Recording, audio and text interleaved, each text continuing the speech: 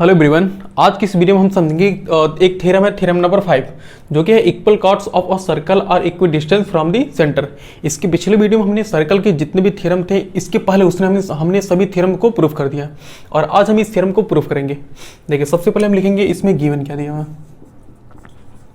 इसमें गिवन दिया हुआ कह रहा है equal chords of a circle, मतलब कह रहा है कि एक सर्कल हमारे पास है, इक्वल कॉर्ड्स कह रहे इक्वल कॉर्ड्स है। इक्वल हम जानते हैं कॉर्ड क्या होते हैं, जो सर्कल को इंटरनली दो पॉइंट पर टच करते हैं। और इस बार हमें कंडीशन ये है कि हमें दो कॉर्ड ऐसे बनाने हैं जो कि इक्वल है। देखो कह रहे कि equal chords of a circle. अच्छा, दो कॉर्ड की जरूरत नहीं है, वो कह रहे चाहे जितने कॉर्ड्स हो, बस दो कॉर्ड इक्वल हैं। Equal chord of a circle मतलब किसी सर्कल के दो कॉर्ड अगर इक्वल हैं are equidistant from the centre, तो वो सेंटर से इक्वी डिस्टेंस पर होता है। मतलब अगर ये दोनों कॉर्ड इक्वल हैं तो दोनों कॉर्ड सर्कल के सेंटर से इक्वी डिस्टेंस पर होंगे, मतलब समान दूरी पर होंगे। हमें ये सिद्ध करना, प्रूफ करना। तो सबसे पहले गिवन क्या दिया हुआ, गिवन तो दिया हुआ एक सर्कल है जिसका सेंटर ओ है, रेडियस आर है।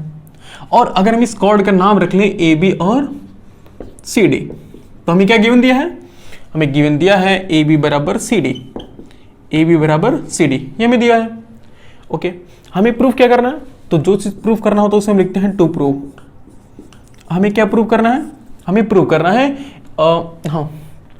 हमें क्या प्रूव करना है, सोचो। हमें प्रूव करना है कि ये दोनों जो इक्वल कॉर्ड है ना, वो सेंटर से इक्वी डिस्टेंस बना है। अच्छा, एक बात बता, देखो ये याद रखना हमेशा, चाहे फिजिक्स हो चाहे मैथ हो, हम क्या करेंगे, अगर जब भी हमें किसी पॉइंट से किसी डिस्टेंस, किसी भी पॉइंट से किसी भी लेंथ या फिर कोई ऑब्जेक्ट हो, अगर हमें कोई भी डिस्टेंस मेजर करना हो ना, तो वो डिस्टेंस हम परपेंडिकुलर डिस्टेंस लेते हैं। परपेंडिकुलर डिस्टेंस का मतलब है कि सीधा सीधा वाला दूरी। ऐसा नहीं कि थोड़ा सा हम चीटिंग कर लेते हैं कि नहीं हम ऐसे जाएंगे, ऐसा बिल्कुल नहीं करना। हमें जाना है तो एकदम सीधा जाना है, सीधा जाना है। और सीधा जाने का भी एक कंडीशन है कि हमें एकदम परपेंडिकुलरली जाना होता है। देखो, चाहे हम फिजिक्स की बात करें चाहे मैथ की बात करें, दोनों में अगर मान लो ये पार्टिकल्स हैं और ये ऑब्जेक्ट है, तो अगर ऑब्जेक्ट के हमें सेंटर ऑफ मास पर जाना है तो हमें क्या करेंगे, एकदम सीधा सीधा परपेंडिकुलरली जाएंगे। ऐसा नहीं कि हमेशा जिगजैग मोशन करते हुए जाए, घूमते टहलते हुए जाए, ऐसा नहीं करना है। तो याद रखना, हमेशा जो भी डिस्टेंस मेजर करना है, वो डिस्टेंस हमें कैसा मेजर करना है, परपेंडिकुलर डिस्टेंस। और या तो ये ऐसे भी समझ सकते हो कि दो ऑब्जेक्ट के बीच की जो शॉर्टेस्ट डिस्टेंस होती है ना, शॉर्टेस्ट मतलब सबसे छोटी जो डिस्टेंस होती है ना, वो परपेंडिकुलर डिस्टेंस होती है। और हमेशा परपेंडिकुलर डिस्टेंस से ही मेजर की जाती है। तो याद रखना, यहाँ पर कहीं पर दिया नहीं कि हमें कौन सा डिस्टेंस मेजर करना है, हमें खुद सोचना पड़ेगा कि हमें परपेंडिकुलर डिस्टेंस मेजर करना है। तो ओ से हमें इस सेंटर से हमें डीसी का जो परपेंडिकुलर डिस्टेंस है वो देखना है, और ओ से ए बी के बीच जो परपेंडिकुलर डिस्टेंस है ये देखना है। तो हमें एक्चुअल में इसको अगर हम यम नाम दें, इसको नाम यन दें, तो एक्चुअल में हमें क्या प्रूफ करना है, हमें प्रूफ करना है कि ओ एम इक्वल है किसके, ओ एन के। भाई ये जो दोनों इक्वल कार्ड है वो सेंटर से इक्वल डिस्टेंस पर होने चाहिए ना, बराबर दूरी पर होनी चाहिए। और बराबर दूरी कब होगी, जब ओ एम ओ एन के क्या होगा, इक्वल होगा। तो हम ओ एन किसके इक्वल है, ओ एम के। हमें ऐसा प्रूफ करना है, दिया नहीं, हमें ऐसा प्रूफ करना है। ओके, तो जो चीज हमें प्रूफ करेंगे तो हम लिखेंगे प्रूफ, हम प्रूफ करने जा रहे हैं। ओके, तो सेम वही काम। देखो हम क्या करते हैं, देखो अब तक हमने जितने भी सर्कल के थ्योरम पढ़े ना, उस सब में कहीं ना कहीं हमें रेडियस की जरूरत पड़ी है। तो इस सर्कल में भी हमें रेडियस की जरूरत पड़ेगी। हम क्या करते हैं, इसको ऐसे ज्वाइन कर लेते हैं, और इसको चाहे यहाँ से ज्वाइन कर लो, यहाँ से ज्वाइन कर लो। ओके, ये 90 याद रखना, क्यों, क्योंकि हमें कौन सी, हमें डिस्टेंस मेजर करना ना, हमें सेंटर से और कॉर्ड के बीच का जो डिस्टेंस मेजर करना, और डिस्टेंस हमेशा परपेंडिकुलर होता है, ये हमेशा दिमाग में फिट कर लेना है। देखो सबसे पहले हम लिखेंगे कि हम किन दो ट्रायंगल में काम करें। हमारा प्लान क्या है, देखो हमारा प्लान ये है, हम पहले जानते हैं कि भाई हम जानते हैं कि इस सेंटर से अगर कॉर्ड पर हम एक परपेंडिकुलर ड्रॉ करते हैं, तो वो परपेंडिकुलर कॉर्ड को दो इक्वल पार्ट में डिवाइड करता है। यानी कॉर्ड पर परपेंडिकुलर बाइसेक्टर की तरह काम करता है ना। परपेंडिकुलर का मतलब 90 अंश और बाइसेक्टर का मतलब कि दो इक्वल पार्ट में डिवाइड करना। तो ये देखो डी एम इक्वल हो गया एमसी के। Similarly O N is a perpendicular bisector on A B, so an equal to nb, length of an is equal to length of nb, यानी कि जो an की लेंथ होगी वही लेंथ की होगी nb की भी होगी। और क्वेश्चन में गिवन किया कि ab इक्वल है cd के, जब ab इक्वल है cd के तो इनका हाफ भी क्या होगा, इक्वल होगा। भाई ये दोनों रेखाएं आपस में इक्वल हैं, तो इनको अगर हम आधा आधा कर देंगे तो ये आधा वाला इस आधे वाले के इक्वल होगा कि नहीं होगा, बिल्कुल इक्वल होगा। ऐसे समझो, दो लड्डू हमारे पास हैं, अगर दोनों लड्डू बराबर हैं तो अगर हम दोनों को आधा आधा काट दें तो ये आधे आधे लड्डू भी तो आपस में बराबर होंगे, बिल्कुल इक्वल होंगे। तो वही बात है, यहाँ जब दो लाइन सेगमेंट इक्वल है तो उनको अगर हम आधा आधा बांट देंगे तो भी तो क्या होंगे, इक्वल होंगे। यानी कि देखा जाए तो इनडायरेक्टली ये डी एम इक्वल है किसके, ए एन के इक्वल है। और यहाँ देखो ये ओ डी इक्वल है ओ ए के, क्यों भाई, रेडियस ऑफ सर्कल, और ये एंगल 90 और ये एंगल भी कितना है 90 है। तो कौन सा क्राइटेरिया लगाया सोचो, right angle hypotenuse any one side, right angle hypotenuse any one side. यानी कि हम आरएचएस कांग्रुएंसी से हम दोनों ट्रायंगल को सिमिलर प्रूफ कर लेंगे। और जैसे हम दो ट्रायंगल को सिमिलर करें, सॉरी हमें कांग्रुएंसी प्रूफ करना ना, तो जैसे हम इन दोनों ट्रायंगल को कांग्रुएंट प्रूफ कर लेंगे, हम जानते हैं कि कांग्रुएंट ट्रायंगल के करस्पॉन्डिंग साइड्स क्या होते हैं, इक्वल होते हैं। तो वहां से OM किसके इक्वल हो जाएगा, OM इक्वल हो जाएगा ON के। हमारा काम खत्म हो गया, ये थ्योरम क्या हो गया, प्रूफ हो गया। ये तो हमने ओरली प्रूफ किया है। अब हमें इसको लिखना कैसे है, तो लिखेंगे सच दैट, देखो such that A B equal है किसकी, ए बी इक्वल है डीसी के, ए बी इक्वल डीसी के है। अगर ए बी इक्वल डीसी के है तो अब सोचो अगर हम इसको आधा कर दे कोई परेशानी होगी क्या, सर कोई परेशानी तो नहीं होने वाली है। अभी हमने समझा कि लड्डू बराबर लड्डू है, तो लड्डू को आधा करने पर लड्डू आधा वाला लड्डू आधे वाले लड्डू के बराबर होगा। तो हमने ए बी को आधा कर दिया, डीसी को भी आधा कर दिया, कोई फर्क पड़ने वाला नहीं है। देखो ए बी अपॉन 2, मुझे बताओ ए बी अपॉन 2 को हम क्या लिख सकते हैं, नहीं तो एक काम करो ऐसे लिख लो, ऐसे लिखो, देखो the perpendicular distance from the centre of the to the chord bisect the chord. यानी कि सेंटर से परपेंडिकुलर डिस्टेंस अगर हम कॉर्ड पे डालते हैं तो वो कॉर्ड को क्या करता है, दो पार्ट में डिवाइड कर देता है। लिखेंगे such that we know that हम जानते हैं कि, हम क्या जानते हैं, we know that the perpendicular from the centre of a circle. आप सर्कल लिखने की जरूरत नहीं है, लिख सकते हो कोई दिक्कत नहीं है। Centre of a circle to the chord bisect the chord. हम जानते हैं कि सेंटर से अगर कोई भी परपेंडिकुलर ड्रॉ करे किसी भी कॉर्ड पर तो वो कॉर्ड को दो इक्वल पार्ट में डिवाइड कर देती है। So DM equal to MC and AN equal NB। सोचो कैसे, ये हमने कैसे किया है, हमने कैसे इन दोनों को इक्वल कर दिया। देखो the perpendicular from the centre of a circle to the chord bisect the chord. हम जानते हैं कि सेंटर से कोई परपेंडिकुलर ड्रॉ करे किसी भी कॉर्ड पर तो वो कॉर्ड को बाइसेक्ट कर देती है, इक्वल पार्ट में डिवाइड कर देती है। हमने इसके पीछे हमारा जो पहला थ्योरम तो यही था हमारा। तो उसी सिमिलर जैसे हमने ये काम किया उसी तरह से हमने नीचे वाले में भी किया। तो यहां से DM इक्वल हो गया MC के और AN इक्वल हो गया NB के। देखो DM इक्वल हो गया MC के और AN इक्वल हो गया NB के। लिखेंगे सच दैट DC किसके इक्वल था, DC इक्वल था AB के। देखो DC इक्वल किसके, AB के। ऐसे लिख लो भाई, कोई दिक्कत नहीं है। AB इक्वल क्या कर लो, AB इक्वल DC इक्वल क्या है, CD है, CD कर लो, AB इक्वल CD। अब मुझे बताओ AB को हम क्या लिख सकते हैं, AB को क्या AN प्लस NB लिख सकते हैं, बिल्कुल लिख सकते हैं सर। क्यों भाई, हम काट पीट के छोटे छोटे लिख सकते हैं ना। देखो यहां से यहां तक AB है, AB को हम क्या AN प्लस NB लिख सकते हैं ना, AN प्लस NB लिख सकते हैं बिल्कुल। उसी तरीके से हम CD को क्या लिख सकते हैं, CD को हम लिख सकते हैं we can write as DM plus MC। Okay, हम जानते हैं यहाँ पर देखो हमने निकाला हुआ कि AN और NB का लेंथ क्या है, इक्वल है। Here AN is equal to NB, तो हम AN के प्लेस पर NB लिख सकते हैं। हाँ, लेकिन हमें ये सोचना कि किसके प्लेस पर हमें किसको लिखना चाहिए। अच्छा, हमें NB की कोई जरूरत नहीं है ना, हमें AN की जरूरत है, तो हमें NB के प्लेस पर AN लिखना चाहिए।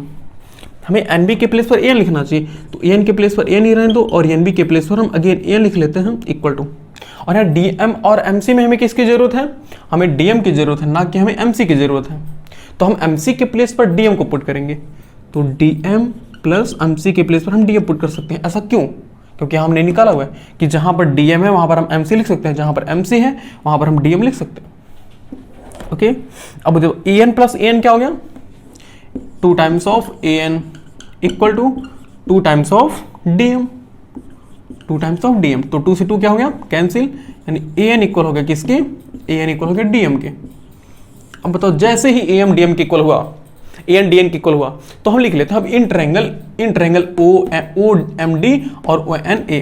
देखो हम क्या लिखेंगे, हम लिखेंगे कि हम किस ट्रायंगल में काम करें एक्चुअल में, तो लिखेंगे in triangle O N B O M D and triangle O N A and triangle O N A. हमने इन दोनों ट्रायंगल में देख रहे हैं, तो हमने अभी प्रूफ किया कि डी एम इक्वल है किसके, ए एन के। देखो हमने अभी प्रूफ किया, कहाँ गया जी, डी एन इक्वल है किसके, डी एम के। ए एन इक्वल है किसके, डी एम के। ए एन इक्वल है डी एम के, हमने जस्ट प्रूफ किया। और ओ ए इक्वल है ओडी के, बोलो क्यों। ओ ए इक्वल है ओडी के, बोलो क्यों। भाई साहब यही तो हमारे रेडियाई ऑफ सर्कल है। रेडियाई ऑफ सर्कल, रेडियाई मतलब रेडियस होता है, सर्कल का रेडियस है। और ये देखो ये एंगल ये वाला और एंगल ये वाला दोनों 90 है। क्यों 90 है, क्योंकि दोनों कॉर्ड पर परपेंडिकुलर है। लेकिन O N angle O N A equal to angle O M D why such that, क्योंकि O M is perpendicular on C D and O N is also perpendicular on A B. ON is also perpendicular on AB. That's why we can say angle ONA equal to angle OMD. और दोनों किसके equal है, थोड़ा सा हम लिखना चाहिए, दोनों 90 के इक्वल है, तो लिखेंगे angle ONA equal to angle OMD, दोनों इक्वल है किसके, 90 के। और क्यों 90 के हैं, such that OM is perpendicular on CD and ON is also perpendicular on AD. So we can say angle ONA equal to angle OMD equal to 90 degree.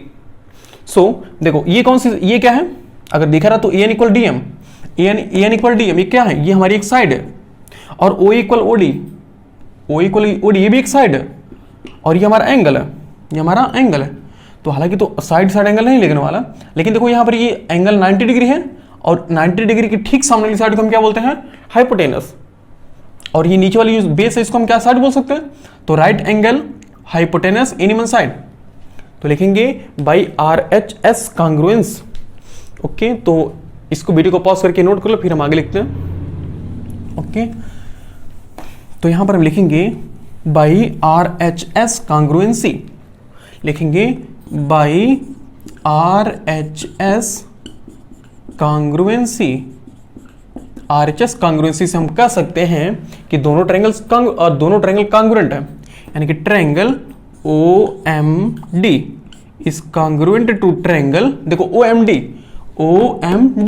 तो ONA के इक्वल होगा, ONA के। हमने दोनों ट्रायंगल को congruent proof कर दिया। और हम जानते हैं कि कॉन्ग्रुएंट ट्रायंगल के करस्पॉन्डिंग साइड क्या होते हैं, इक्वल होते हैं। कॉन्ग्रुएंट ट्रायंगल के करस्पॉन्डिंग साइड्स क्या होते हैं, इक्वल होते हैं, करस्पॉन्डिंग पार्ट। उसी को हम लिखते हैं शॉर्टकट में by CPCT, corresponding part of congruent triangles are equal. So हमें किसकी जरूरत थी, हमें जरूरत थी ON और OM की ना। देखो OM इक्वल है किसके, ON के। देखो OM इक्वल है ON के, hence proved, मतलब इस प्रकार यह है सिद्ध है। यानी कि अब जहां भी कोई भी सर्कल ऐसे दिया हुआ है, अगर दोनों कॉर्ड इक्वल है तो उनके बीच का जो परपेंडिकुलर डिस्टेंस वो भी क्या होगा, इक्वल होगा। बिना कुछ सोचे समझे बेहिचक हम लिख सकते हैं कि अगर किसी भी सर्कल में दो कॉर्ड अगर इक्वल हैं तो उन दोनों कॉर्ड की सेंटर से जो परपेंडिकुलर डिस्टेंस होगी वो डिस्टेंस हमेशा इक्वल होगी। हम एक थ्योरम है, एक थ्योरम की तरह हमेशा यूज कर सकते हैं, मतलब एक फार्मूले की तरह हम हमेशा इसको क्या कर सकते हैं, यूज कर सकते हैं। ठीक है, तो इसको नोट कर लो, फिर अगला थ्योरम बताते हैं। ओके,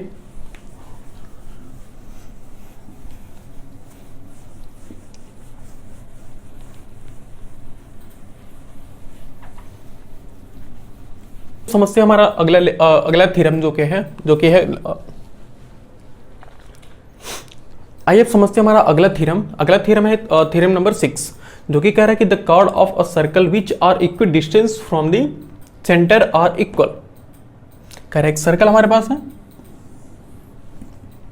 कह रहा है the chord of a circle which are equal distance, मतलब एक सेंटर से दो से ज्यादा चाहे जितने भी कॉर्ड हो, वो कॉर्ड क्या है, इक्वल हैं।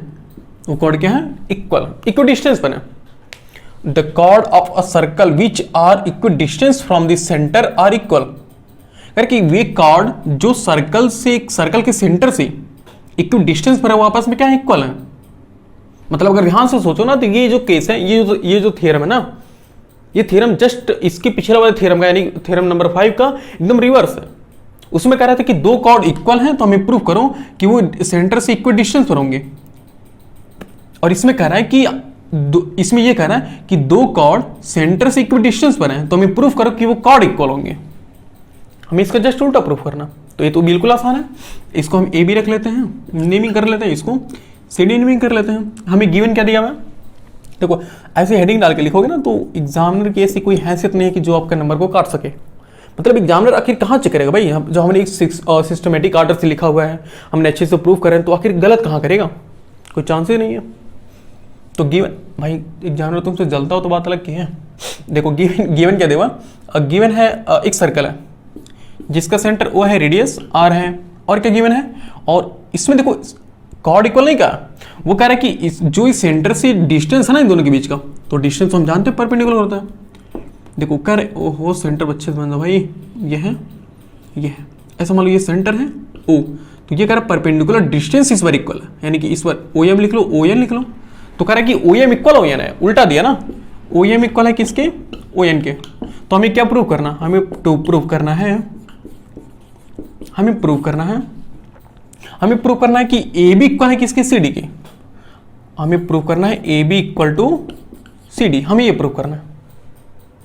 अगेन हर बार की तरह हम क्या करेंगे, एक कंस्ट्रक्शन करेंगे, कंस्ट्रक्शन पता ही है। देखो चाहे इसको मिलाओ चाहे इसको मिला, अच्छा इस बार थोड़ा सा हम अलग कर लेते हैं, हमें ना इसको मिला लेते और इसको मिला लेते हैं, नहीं तो कहोगे सर बार बार एक ही चीज कर रहे हो। हम ऐसा कर सकते हैं ना, बिल्कुल कर सकते हैं। ओके अब प्रूफ करते हैं। देखो सेम वही काम, मुझे बताओ ओरली सॉल्व करते हैं। पहले दो ये परपेंडिकुलर डिस्टेंस क्या दिया, इक्वल दिया हुआ ना, ओके एक चीज तो इक्वल हो गई। ये बताओ ये क्या है, ये इक्वल होगा इसके, क्यों सर रेडियस तो है ये, देखो ओ ए और ओ डी क्या है, रेडियस है, सेंटर और सर्कमफेरेंस रेडियस, और ये एंगल 90 डिग्री है। बताओ देखो एक right angle hypotenuse any one side, right angle hypotenuse any one side, कौन सा थ्योरम, कौन सा कांग्रुएंसी, आरएचएस वाली कांग्रुएंसी लगेगी ना, पांचवी कांग्रुएंसी। सर याद नहीं है, side side side side angle side, ओहो एक ही बार, एंगल साइड एंगल आरएचएस, देखो 5 हो गई। तो ये पांचवी वाली क्या हो, इसमें काम कर रही है। तो उसको अंग्रेजी से हम क्या करेंगे, हम इन दोनों कॉर्ड को, हम इन दोनों साइड को इक्वल, इन दोनों ट्रायंगल को हम कांग्रुएंट कर लेंगे। कांग्रुएंट करने के बाद हम इन दोनों साइड को इक्वल कर लेंगे, और जैसे ही हम इन दोनों साइड को इक्वल कर लेंगे तो फिर अगेन हम जानते हैं कि सेंटर से अगर किसी कॉर्ड पर परपेंडिकुलर डाला जाता है तो वो परपेंडिकुलर उस कॉर्ड को बाइसेक्ट करता है। तो ए एन इक्वल क्या हो जाएगा, एन भी हो जाएगा। फिर हम दोनों के एन, जब एन इक्वल एन बी के है तो, और एन किसके, एम डी के, तो M D equal C D बनेगा। मतलब वहां से कर लेंगे, अभी छोड़ो, हमें सिर्फ पहले देखो कांग्रुएंट करना है। तो लिखेंगे in triangle O M D and triangle O N A में, इन दोनों में देखो सबसे पहले तो हम बात करना चाहें O M equal O N के, बिल्कुल O M equal O N के है, क्यों, क्योंकि perpendicular distance from the centre to the chord, centre से कॉर्ड के बीच की जो परपेंडिकुलर डिस्टेंस है, हालांकि वो क्वेश्चन में तो दिया है, और क्या, और ओ ए इक्वल है ओ डी के, क्यों इक्वल है, क्योंकि यही तो हमारा रेडियस ऑफ सर्कल है। रेडियस कहो चाहे रेडियाई कहो, बात एक ही है, रेडियस ऑफ सर्कल। ऐसा मत कहना कि सर बार बार आप रेडियाई, कभी रेडियाई करो तो कभी रेडियस करो, अपनी मर्जी की है। हाँ भाई तुम्हारी मर्जी भी है, तो मैं लिख सकते हो, चाहे रेडियस लिखो चाहे रेडियाई लिखो, बात एक ही है। ओके, और हाँ angle O N A is equal to angle O D M, नहीं ओ एम डी वाई, भाई ओ एन परपेंडिकुलर है ए बी पर और ओ एम भी परपेंडिकुलर है सी डी पर। लिखेंगे such that O M is perpendicular on C D, O M is perpendicular on C D and O N is perpendicular on A B, and O N is perpendicular on A B. That's why हमने इन दोनों को equal कर लिया। देखो पिछले question की भांति हमने इसको भी थोड़ा सा 90 वाला भूल गए, तो लिख लेते हैं angle O N A equal to angle O M D, और दोनों हैं 90 के इक्वल। अब सही है, तो लिखेंगे बाई कौन सा कांग्रुएंसी लगेगी, by RHS congruency, by RHS कांग्रुएंसी।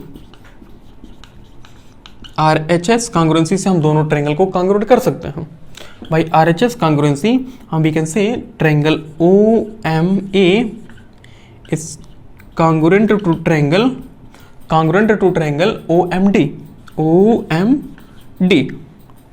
लिखेंगे by CPCT corresponding part of congruent triangles are equal. मतलब किसी भी अगर कोई भी दो ट्रायंगल कांग्रुएंट है तो उनके करस्पॉन्डिंग साइड्स आपस में इक्वल होते हैं। करस्पॉन्डिंग पार्ट चाहे एंगल का लो चाहे साइड का लो, दोनों चीज इक्वल होंगी। तो हमें किसकी जरूरत थी? हमें जरूरत थी AM और MD की। देखो AN और MD, कुछ गलत तो हो गया। ONA OMD, ये ON होना चाहिए भाई साहब, हमने N लिख दिया, हमने M लिख दिया तो एक्चुअल में N होना चाहिए। देखो ONA होना चाहिए ना और OMD होना चाहिए, तो OMD तो है, ONA होना चाहिए था। ओके, तो AN यानी किसको होगा? MD के इक्वल है कि नहीं? देखो NA is equal to MD। भाई साहब तुम NA को हम N लिख सकते हैं और MD, मतलब बात देखें, NA इक्वल हमने क्या कर दिया? N इक्वल MD कर दिया। ओके, फिर देखो परपेंडिकुलर डिस्टेंस, देखो ऐसे लिख लो perpendicular such that perpendicular from the center to the chord, perpendicular from the center to the chord, bisect the chord, ये हमने पढ़ा हुआ है। हम ये पहला थ्योरम है, perpendicular from the centre to the chord bisect the chord. मतलब सेंटर से कोई भी परपेंडिकुलर किसी कॉर्ड पर डाला जाए तो वो परपेंडिकुलर बाइसेक्ट करती है किसको? कॉर्ड को। तो यहां से AN इक्वल है किसके? AN इक्वल है ऑलरेडी NB के, AN इक्वल है ऑलरेडी NB के, एंड MD किसके इक्वल है? CM के, and MD is equal to CM। MD किसके इक्वल है? CM के। ओके, तो हमें देखो क्या दिया, हमें N इक्वल क्या? 2D, N इक्वल MD दिया हुआ, N इक्वल MD दिया हुआ, सही ना? हमें NA इक्वल MD दिया हुआ, तो लिखेंगे सच दैट, इसको ना इसे बॉक्स में बंद करके छोड़ दो, such that NA equal to MD, हमें NA को MD के इक्वल कहा। ओके, हम दोनों तरफ मतलब 2 से मल्टीप्लाई कर लें, कोई दिक्कत होगी क्या? बिल्कुल नहीं, क्योंकि दोनों इक्वल हैं। भाई दो तराजू हैं, दोनों तराजू पर 1-1 किलो बर्फी रख दिया गया, तो दोनों पर आधा-आधा किलो लड्डू रख दो, कोई फर्क पड़ने वाला है क्या? बिल्कुल नहीं। तो हम यहाँ पर 2 से मल्टीप्लाई कर लेते हैं, तो 2 टाइम्स ऑफ NA इक्वल हो गया 2 टाइम्स ऑफ MD। अब 2 टाइम्स ऑफ NA का मतलब क्या? कि 2 बार NA, तो एक बार NA और लिख लो, एक बार NA और लिख लो, equal to 2 times of MD, MD को 2 बार लिख लो, एक बार MD प्लस एक बार MD। भाई बात तो वही है घुमा फिरा के। अब NA प्लस NA, क्या हम एक NA की जगह पर N भी लिख सकते हैं? सोचो भाई, दोनों जब बराबर ही हैं तो हम NA की प्लेस पर N भी लिख सकते हैं। अगर हम कहें कि संतरा और सेब का दाम एक बराबर है तो चाहे हम संतरा खरीदें चाहे सेब खरीदें, बात तो एक ही है। अगर दोनों इक्वल हैं तो चाहे हम NA लिखें चाहे N लिखें, तो NA लिखें चाहे N भी लिखें, तो हम NA के प्लेस पर एक NA के प्लेस पर हम N भी लिखते रहे। अभी थोड़ा सा दिमाग लगाना क्यों हम लिख रहे हैं इसे। ओके, इक्वल टू हम यहाँ पर एक MD के प्लेस पर ना, हम एक MD के प्लेस पर CM लिखेंगे, एक MD की प्लेस पर CM और एक MD है ही। अब देखो ये जो हमने चीज बनाया ना कॉम्बिनेशन, मुझे बताओ NB प्लस NA होगा क्या? यहाँ देखो, यहाँ देख लेते हैं, NB प्लस NA क्या हो गया? देखो NB प्लस NA, AB हो जाएगा क्या? बिल्कुल होगा सर, AB। और MD प्लस CM, देखो CM plus MD, CM plus MD क्या होगा? CD की इक्वल होगा, और हमें एक्चुअल में यही तो प्रूफ करना था। देखो हमें यही तो प्रूफ करना था, तो ये क्या हो गया? Hence proved, hence proved। Okay, तो मेरे ख्याल से समझ में आया होगा। देखो कितना अच्छे से हमने प्रूफ किया है, बिल्कुल समझा करके। अगर आपको थोड़ी सी कोई प्रॉब्लम लग रही हो तो क्या करना, वीडियो को थोड़ा रिवर्स करना, फिर रिवर्स करके समझना। अगर उसके बाद भी थोड़ी प्रॉब्लम हो रही है तो वीडियो को थोड़ा पॉज करना, समझना। उसके बाद भी नहीं समझ आ रही तो या फिर कमेंट आपके लिए खुला ही है, कमेंट में मुझे बताओ। अगर हाँ नई प्रॉब्लम हो रही तो भी कमेंट करके बताओ कि आखिर एक्चुअल में प्रॉब्लम क्या है। आज के लिए बस इतना ही, मिलते हैं नेक्स्ट वीडियो में, तब तक के लिए जय हिंद।